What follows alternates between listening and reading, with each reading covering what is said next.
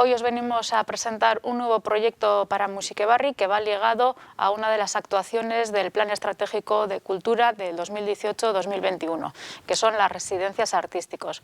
Todo ello es posible gracias a la nueva infraestructura que tenemos Musiquebarri, que poco a poco vamos desarrollando nuevos programas, un ejemplo, y para ello hemos firmado un acuerdo con Dantzerti, con la Escuela Superior de Estudios de Arte Dramático y Danza de Euskadi. Todo ello va a constar en una residencia artística que estarán los alumnos y alumnas de cuarto curso de la escuela en esta sala, en Arrigúnaga, y al final de todo ello podremos ver el resultado de su trabajo, que gracias al acuerdo podremos disfrutar todos y todas las getxotarras. Constarán de diversos pases, dirigido cada uno de ellos a cada sector, y la obra será un guión de Pacho Tellería bajo la dirección de Mireia Gabilondo. Esperemos que lo disfrutemos todas y todos.